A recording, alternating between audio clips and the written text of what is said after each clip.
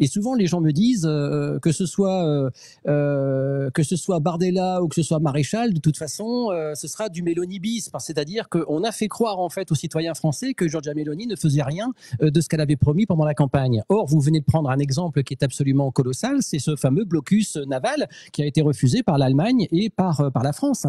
Non, mais elle a fait plein de choses, hein, Giorgia Meloni. Je veux dire, déjà, elle a bloqué les ONG qui sont aujourd'hui complices des passeurs de migrants dans les ports italiens. Elle a durci les conditions de détention des clandestins. Elle a obtenu ce fameux accord avec la Tunisie en faisant plier l'Union européenne sur ce sujet, et elle essaye d'en obtenir d'autres avec des résultats significatifs.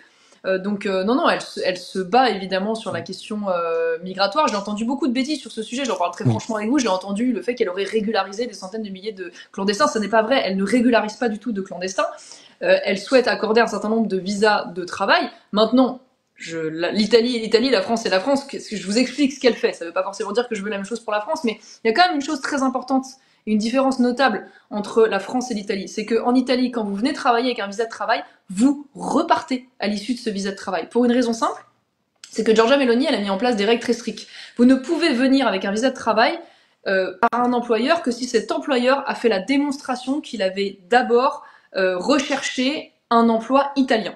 Et donc proposer cette offre de travail à des Italiens et que ces Italiens, eh bien, ils ne les avaient pas trouvés. Ça, c'est la première chose.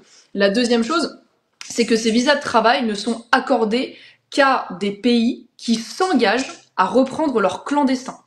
Donc si voilà, il n'y a pas de partenariat clair dès le départ sur ce sujet, il n'y a pas de visas de travail qui sont accordés à ces pays. Et ensuite, quand même la grande différence avec l'Italie, il faut bien comprendre, avec la France, pardon, c'est que il n'y a pas le droit du sol en Italie. Il n'y a pas le droit du sol. Il n'y a pas toutes les aides sociales extrêmement généreuses telles qu'on les connaît en France. Donc la réalité, c'est que les populations ne s'installent pas durablement en Italie et ne deviennent pas italiennes de génération en génération.